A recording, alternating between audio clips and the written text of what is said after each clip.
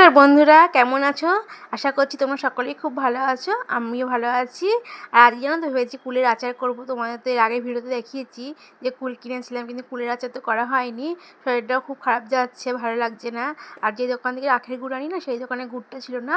তোমার দাদা দুদিন ঘুরে এসে বলছে যে না, আখের গুড় এখন আসছে না, আখের গুড় আসলে তোমাদের ফোন করে দেবো। তাই তোমার দাদাভাইকে ফোন করে দিয়েছিলো। তাই তোমার দাদাভাই কালকে আখের গুড় নিয়ে এসছে। আখের গুড় না হলে তো আচার করতে ভালো লাগে না। এই জন্য আখের গুড় দিয়ে আচারই খেতে খুব ভালো লাগে। তাই আখের গুড় চলে এসেছে। তাই ভাবলাম যে আজকে সকাল থেকেই কুলের আচারটা তৈরি করবো আগে, তারপরে রান্নাবান্না সারবো। নাহলে কুলের আচার না তৈরি করলে কুলগুলো সব নষ্ট হয়ে যাবে, এরপরে আর কুলের আচার খাওয়া হবে না আমাদের। আর মেয়ে তখন কাঁদতে বসে যাবে, বলে মা তুমি কুলের আচার করলে না, কুলগুলোকে তুমি নষ্ট করে ফেললে। যাই হোক, এখন কুলের আচার করার জন্য আমি নিয়ে নিয়েছি 3টে শুকনো লঙ্কা, 5 ফোড়ন আর মৌরি, আর নিয়েছি দারচিনি, লবঙ্গ, 4-5টা গোলমরিচের গুঁড়ো। এই সব দিয়ে আমি এখন মশলাটা তৈরি করে ফেলবো। এখন কড়াইতে বেশ ভালো করে প্রথমে শুকনো লঙ্কাটা ভেজে নিচ্ছি। তোমরা দেখতেই পাচ্ছ, শুকনো লঙ্কাটা প্রথমে ভেজে নিলে হবে কি, লঙ্কাটা বেশ সুন্দর ভাজা হয়ে যাবে। তারপর যদি মশলাগুলো দিই, তাহলে মশলাগুলো হালকা ভাজা থাকবে। আর যদি প্রথমেই সব শুকনো লঙ্কা মশলা দিয়ে একেবারে নাড়াচাড়া করা যায়, তাহলে দেখা যাবে যে শুকনো লঙ্কা আর সেরকম পুড়লো না, সব মশলাগুলোই পুরো ছাই হয়ে গেল। এর জন্য প্রথমে শুকনো লঙ্কাটা ভেজে নেওয়াই আমি মনে করি ভালো, তাহলে সব কিছুই ব্যালেন্সটা থাকবে। এখন শুকনো করে আমি ভালো করে ভেজে নেবো, তারপরে ঠান্ডা করে মিক্সারে পেস্ট করে নেবো। আর এই কুলের আচার খেতে যে কী ভালো লাগে। ছোটোবেলায় যখন স্কুলে পড়াশোনা করতাম, যেই টিফিনবেলা হতো, ব্যাস গেট খুলে দিত দারোয়ান দাদা, তখন আমরা দরজা খুলে দেখতে পেতাম যে কুলের আচার, নারকেল, তারপরে নারকেল দেওয়া সেই আইসক্রিম, তারপরে কুলের আচার, আমের আচার, আমশির, কত রকমের আচার আলা কাকুর কাছে আচার থাকতো। আর আর সে আর আমরা খেতাম আইসক্রিম। এই সময় তো গরম বসন্ত বা গরমকালের সময় এই আইসক্রিম থাকতো, নারকেল দেওয়া আইসক্রিম, ওগুলো খেতেও খুব ভালো লাগতো। কোনটা ছেড়ে কোনটা খাবো, এত খাবার দাবার। তারপরে কচুরি, সিঙ্গারা, ওখানে সব কিছুই পাওয়া যেত। আমরা যে স্কুলে পড়তাম সেই স্কুলের বাইরে, আর এত সুন্দর গন্ধ আসতো, ভাবতাম কখন টিফিন হবে আর কখন আমরা দৌড়ে গিয়ে এই কচুরি, সিঙ্গারা বা আচার বা আইসক্রিম এসব খাবো। তাই বেশ ভালোই কিন্তু ছোটোবেলাটা কেটেছে। আর এখন জানো তো সেরকম করে আর আচার খাওয়াই হয় না। আর এত অম্বল হয়, টক জাতীয় জিনিস খেলে কিন্তু মাঝে মাঝে তো খেতে একটু ইচ্ছেও করে, তাই না বলো? কী করবো? তার জন্য। আর এখন মেয়ে বড় হয়েছে, মেয়ে খেতে শিখেছে। ছেলেটা সেরকম কিছুই খায় না, কিন্তু মেয়ের এখন এটা সেটা আচার খেতে খুব ভালো লাগে। ওই একদিন করেছিলাম আমলকির আচার, বলছে মা খুব ভালো হয়েছে, রোজ একটু একটু করে খাবো। আনছি, হ্যাঁ খাবি। আবার বাবাকে বলেছি আমলকি নিয়ে আসতে, আমলকি নিয়ে আসলে আবার আচার করে রেখে দেবো। আর মেয়ে তখন এসে গেছে, বলছে মা কী করছো গো? যে কুলের আচার করবো। বলছে ও, তার জন্য বাইরে ঘর থেকে আমি গন্ধ পাচ্ছি। মশলাটা যখন ভেজেছিলাম না, গন্ধটা তো খুব সুন্দর বেরায়, তখন মেয়ে গন্ধটা পেয়েছে। এই বলছে কি পড়তে পড়তে চলে এসেছে, বলছে মা কি সুন্দর একটা গন্ধ বেরাচ্ছে, কী করছো গো? আমি বললাম কুলের আচার করবো, খাবি তো? বলছে খাবো না, আবার কুলের আচার কি ছাড়া যায়? হয়ে গেলে কিন্তু মা আমাকে তাড়াতাড়ি করে দেবে, আমাকে বলে গেল। কিন্তু গরমটা কি দেওয়া যায় বলুন তো? কে বোঝাবে এই পাগলি মেয়ে? হ্যাঁ, আমি বলছি ঠিক আছে, ঠান্ডা হলে তোকে দেবো খুনি, খেতে খাস খুনি। বলছে ঠিক আছে, তাহলে আমি গেলাম পড়তে। আর দেখুন আমি কুলগুলোকে বেশি তেলের মধ্যে ভালো করে নাড়াচাড়া করে নেবো। অল্পই তেল দিয়েছি, বেশি তেল দিলাম না। এখানে তো 1 কেজি মতো কুল রয়েছে, এখানে 1 কেজি কুলি কাকুর থেকে নিয়েছিলাম। কুলটা বেশ ভালো, জানেন তো, টক মিষ্টি মিলিয়ে আছে কুলটা। একটা দুটো খেয়ে দেখেছি, দেখলাম কুলটা খুব ভালো। এর আগের বারে জানেন তো কুলের আচার করেছিলাম, সেই কুলের আচার 3 মাসও হয়নি, সব কুলের আচার শেষ হয়ে গেছে। আপনার দাদাভাই খাচ্ছে, মেয়ে খাচ্ছে, আমি একটু খেয়েছি, ব্যাস কুলের আচার শেষ হয়ে গেছে। তখন থেকেই মেয়ের মনটা খারাপ হয়েছিল যে মা আবার কবে কুলের দিন আসবে, কুলের আচার তুমি করবে? আমি বলছি দেখ কুলের আচার তো করবো, কিন্তু অল্প অল্প করে খাবি না, এক গাদা করে খেলে তো শেষ হয়ে যাবে। বলছে মা কুলের আচার, আচার জাতীয় জিনিস না, অল্প অল্প করলে খেলে পেট ভরে না, আমি একটু বেশি বেশি খেলাম, তাহলে বেশি বেশি খেলে তাড়াতাড়ি ফুরিয়ে যাবে। আর আমি তো এই বছর এই 1 কেজি কুলের আচারই করবো। মেয়েকে বলে রেখেছি অল্প অল্প করে খাবি। মেয়ে বলছে দেখা যাক, হ্যাঁ অল্প অল্প করে খাবো, আবার যদি বেশি ভালো লাগে তাহলে বেশিটাই খেয়ে নেবো। আজ ঠিক আছে খাবি, আর কি করা যাবে, দোকানে তো আচার কিনতে পাওয়াই যায়, তখন দোকান থেকে কিনে এনে দেবো।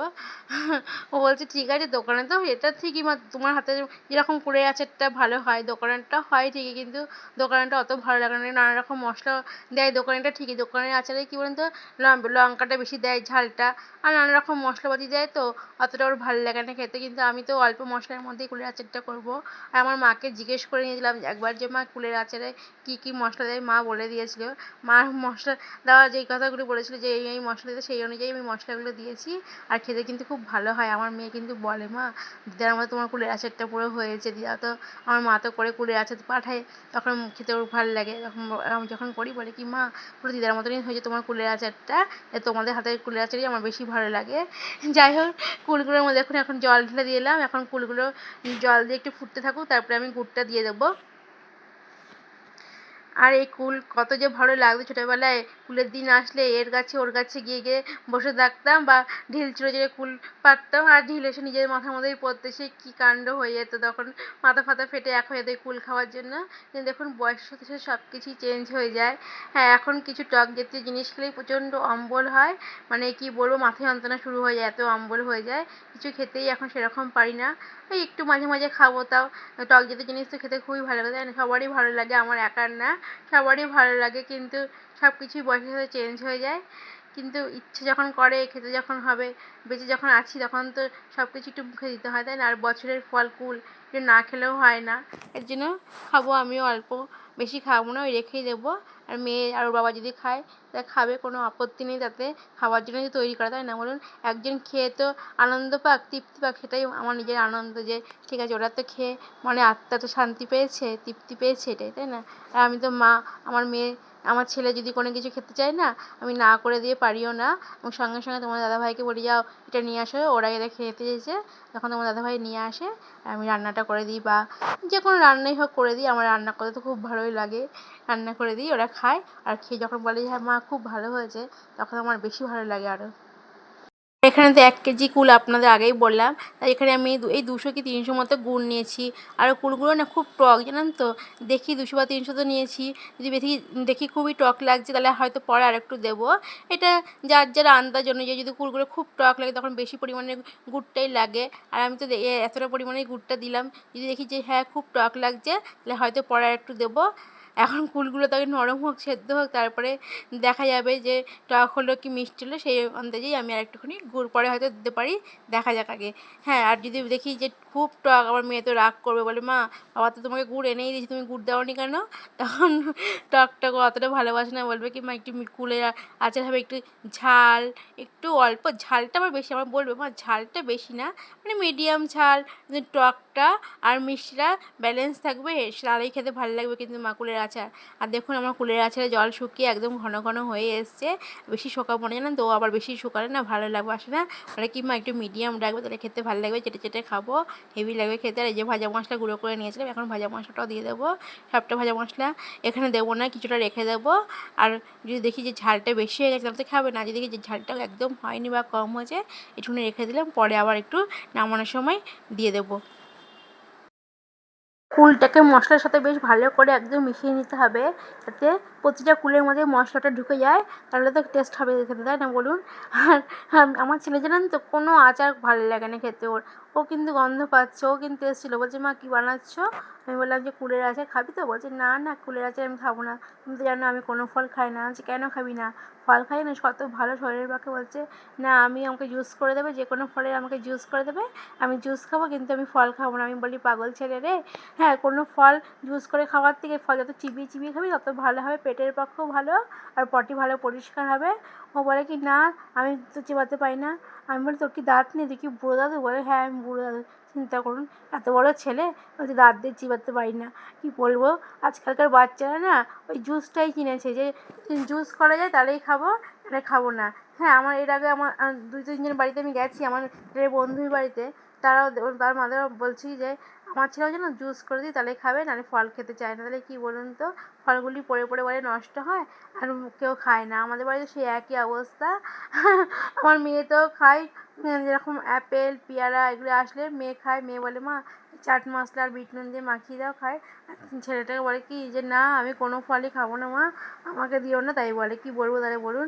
এই জানেন তো জুসার একটাই কিনেছি, ভেবেছি এবার যখন গরম করে ম্যাঙ্গো বেরাবে, তারপরে ওয়াটারমেলন আসবে, সব জুস করে করে দেবো। কী করবো, একটু ফল না খেলে তো হবে না, শরীরে তো একটু জোর রাখতে হবে, ফল না খেলে তো জোর আসে না, তাই না? মাকে একটা প্লেন বানিয়ে দাও তো।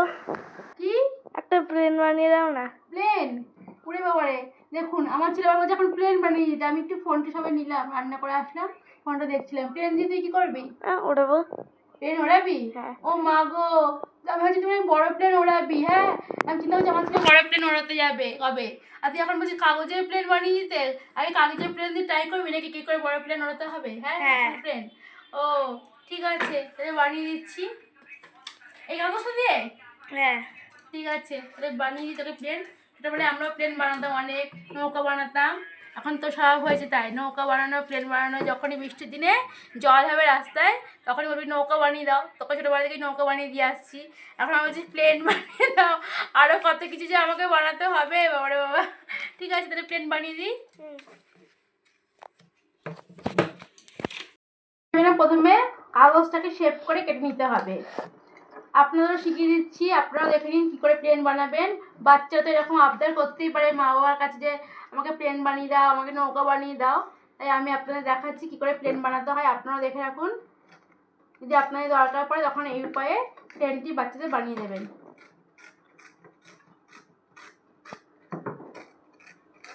এটা খুব সোজা এই প্লেন বানানোটা।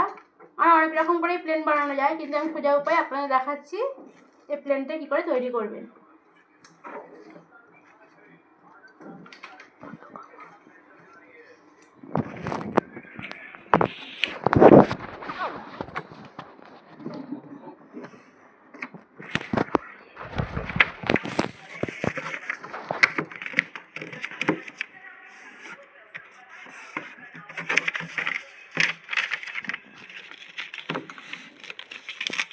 আর ছেলের বায়না এখন প্লেন বানিয়ে দিতে হবে, তাহলে বলুন।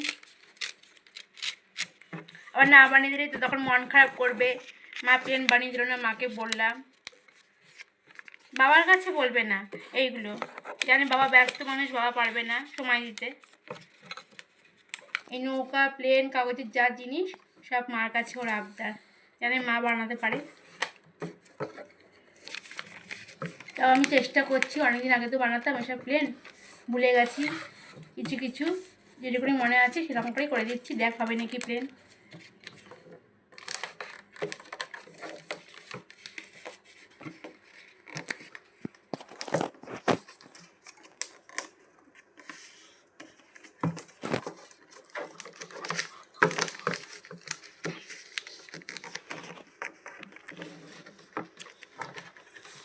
ছোট্ট করে বানিয়ে দিলাম, হ্যাঁ প্লেনটা।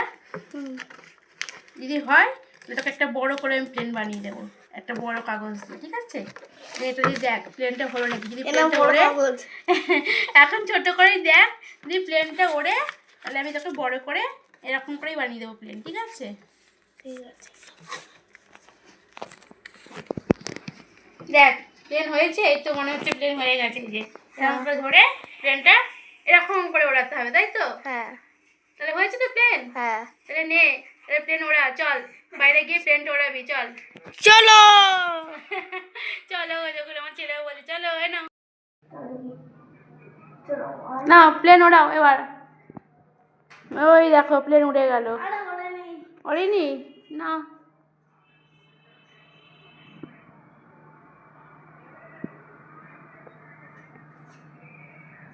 ওই তো উঠছে প্লেন।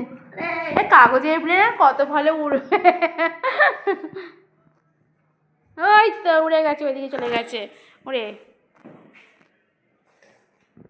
দুপুরে তো কুলের আচার করলাম, রান্না বান্নাও সেরে নিয়েছি, সন্ধ্যেবেলায় বসেছিলাম, ছেলে বায়না ধরেছে একটা প্লেন বানিয়ে দিতে, তাই ওকে একটা প্লেন বানিয়ে দিলাম। বাচ্চা তো, বায়নাটা যদি না রাখি তাহলে বলবে কি মা বানাতে পারে না প্লেন, কিন্তু আমি তো প্লেন বানাতে পারি, তাই ওকে প্লেন বানিয়ে দিলাম। কিন্তু ওই যে ওরা এখন উড়াচ্ছে, বলছে কি মা প্লেনটা উঠছে না, আসলে প্লেনটা কি হাওয়া দিলে তাহলেই ওরে, আমি কথা ওকে বললাম, কিন্তু এখন তো হাওয়া নেই তাই প্লেনটা উঠছে না। যাই হোক বন্ধুরা, আমার ভিডিওটি কেমন লাগলো তোমরা অবশ্যই আমাকে কমেন্টে জানিও। আর তোমরা সকল বন্ধুদের সঙ্গে আমার ভিডিওটি শেয়ার করে নিও। তোমরা এত শেয়ার করো তত আমার ভিডিওতে আমার পাশে থেকো বন্ধুরা। তোমরা সকলেই সুস্থ থেকো, ভালো থেকো এবং আনন্দ থেকো বন্ধুরা। এখন তাহলে আমি আসি, টাটা। আর আমার ছেলে দেখো এখন প্লেন পেয়েছে না, প্লেন এখন ওড়াতেই থাকবে যতক্ষণ না প্লেন ওড়ে। আসি বন্ধুরা, টাটা।